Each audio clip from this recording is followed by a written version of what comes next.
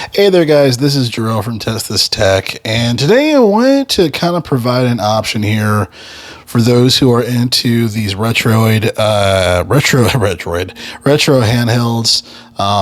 As far as just playing some old school games like GameCube, PS2.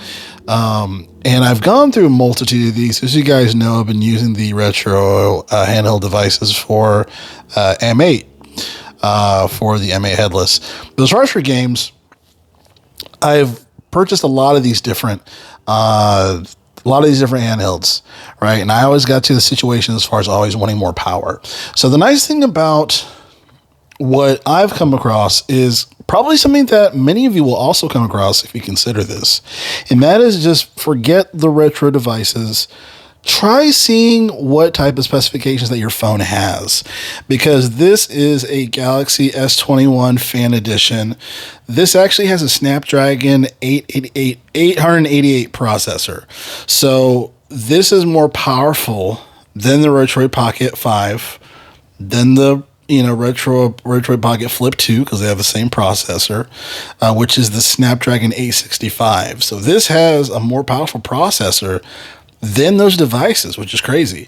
This has 256 gigabytes of SSD or the storage, UFS storage, or whatever it is, 8 gigabytes of RAM. And this phone actually has a 120 hertz refresh rate, which is crazy because typically that refresh rate, for say if you were to choose one of the Ambernicks, for example, you wouldn't see that unless you were to consider either the Ambernick RG477M, right, which is $360 if you do it on Amazon, or $320 or whatnot on the Ambernick website. Obviously, that's before shipping and all that stuff.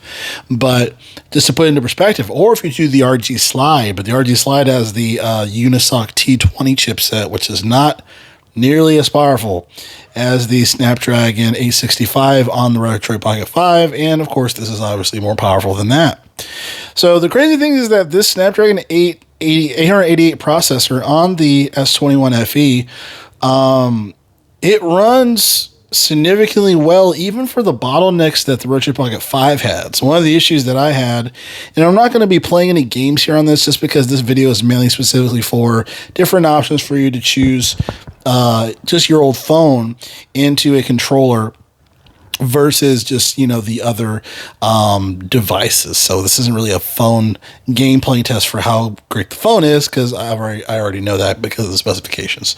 But what I was going to say is that if you use for playing Metal Gear Solid to Sons of Liberty, I played through an entire playthrough on that on the Retroid Pocket 5 just recently, and it ran pretty well. But the issues that I came across it was that one, the biggest thing was the bottleneck when things would slow down. So there's a lot of slow motion. If you're familiar with Hideo Kojima games, those games slow down a lot during their cutscenes. And when that would happen for the Retroid Pocket 5, there would be a lot of slowdown. It would just cut the frame rate in half.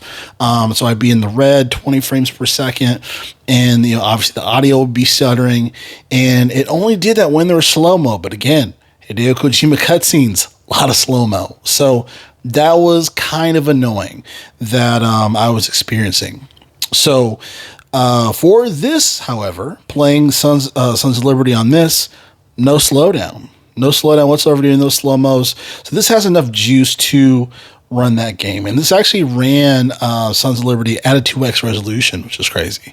PSP will run at a 2 to 3, will run at a 3 plus X resolution, so you can probably get it up to 4 or 5, depending on the game.